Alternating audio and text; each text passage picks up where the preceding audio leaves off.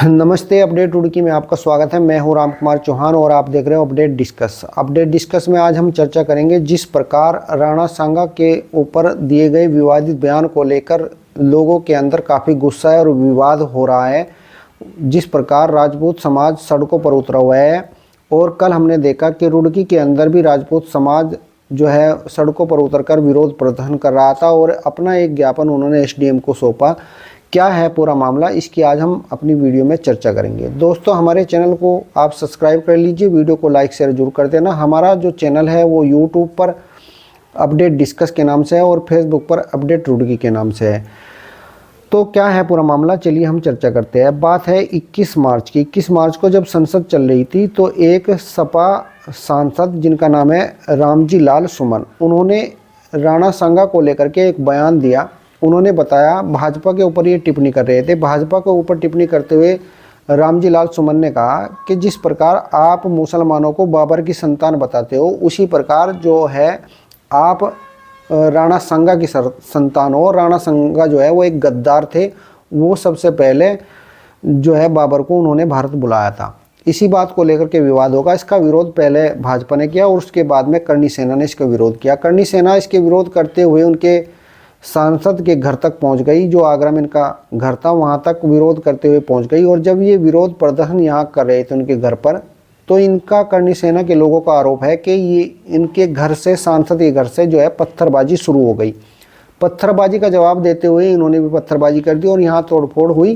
तोड़फोड़ में करणी सेना के कार्यकर्ताओं के ऊपर पुलिस केस दर्ज हुआ।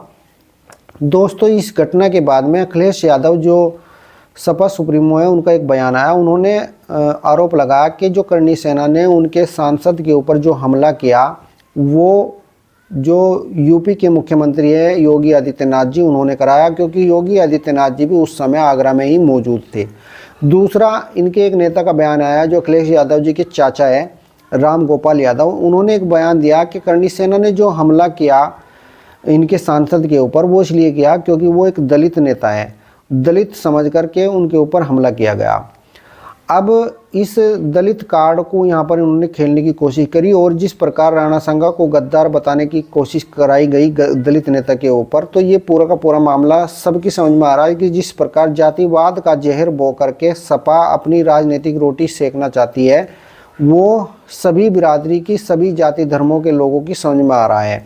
दोस्तों, यहाँ पर बसपा सुप्रीमो मायावती जी का भी बयान सामने आया और मायावती जी ने जो है सपा को आईना दिखाते हुए कहा कि ये दलितों के कंधे पे बंदूक रखकर चलाना चाहती है। जब गेस्ट हाउस कांड हुआ था तो क्या उस समय वो दलित नहीं थी?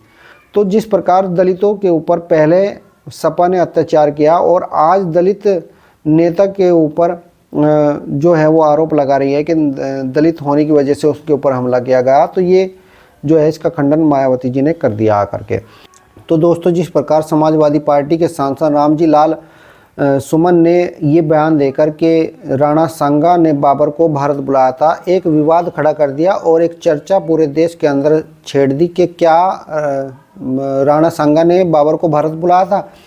तो बहुत सारे जो है इतिहासकार इस बात की पुष्टि नहीं करते कि राणा सांगा ने बाबर को भारत बुलाया था। इसका जिक्र जो है वो एक सिर्फ बाबरनामा जो किताब है उसमें मिलता है और जो बाबर ने लिखी है, और वो बाबर ने अपने मन से लिखी हुई उसकी किताब है। उसका कोई प्रमाण, कोई साक्ष्य इस बात को नहीं बताते कि वे राणा सांगा ने बाबर को भारत बुलाया था। अगर ऐसा हुआ भी होगा तो ये कूटनीति हुआ करती है किसी एक राज्य की, मगर अब जो है सपा के सांसद जो है इसे गद्दार बता रहे हैं। तो दोस्तों, अगर कोई किसी को गद्दार बताएगा और एक भावना, एक समाज की आहत करेगा, तो वो उसका परिणाम तो उसे भुगतना ही पड़ेगा। आज जो है वो हिंदुओं के ऊपर और हिंदुओं के महापुरुषों के ऊपर और समाज के बड़े नेताओं के ऊपर कोई भी कुछ भी बयान दे देता है और फिर वो अपने आप को दलित कार्ड खेलने की कोशिश करता है। मगर क्या यह अधिकार है संविधान में कि दलित अगर है तो वो कोई किसी को भी कुछ भी बोल देगा?